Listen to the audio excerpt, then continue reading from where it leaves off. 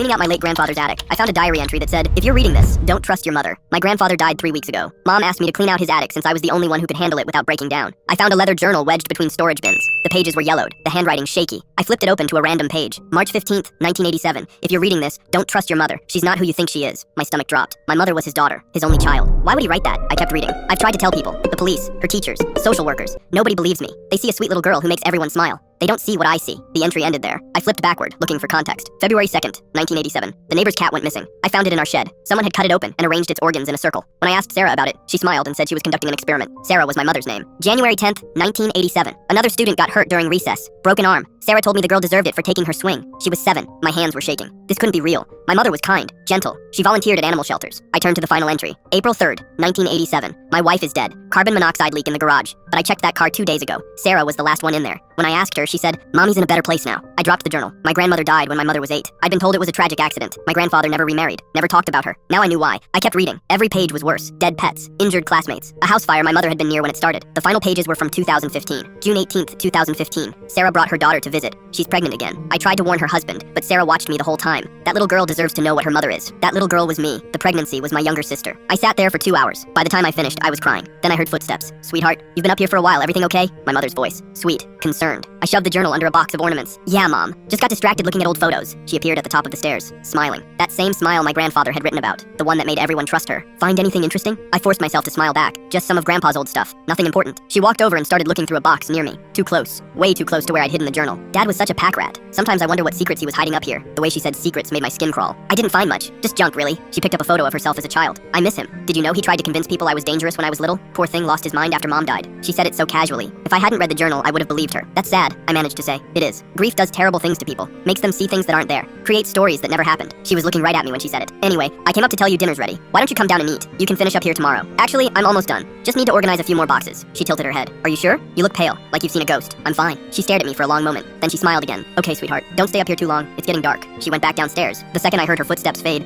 I grabbed the journal and my phone. I took pictures of every single page. Then I called my dad. "Hey honey, what's up?" "Dad, I need you to come to Grandpa's house right now. Don't tell Mom. Just come." "What? Why? What's wrong?" "Please, just trust me. It's important." He arrived 20 minutes later. I showed him the journal. Watched his face change as he read. When he finished, he looked at me. "Your mother had a sister who drowned in the pool when they were kids. Sarah was the only witness. The autopsy showed bruising consistent with being held underwater." My blood went cold. "Why didn't you tell me? Your grandfather begged me not to marry her. Said she was dangerous. I thought he was crazy. Do you believe him now?" He looked at the journal, then at me. "We need to leave. Tonight. Both of us. Get your sister and go." "What about Mom?" He didn't answer right away. "Your grandfather spent 40 years trying to protect people from her. Nobody listened. I'm not making the same mistake." We packed while Mom was in the shower. My dad texted my sister. We were in the car within 30 minutes. As we pulled away, I saw her in the upstairs window watching us. She wasn't crying or angry. She was smiling.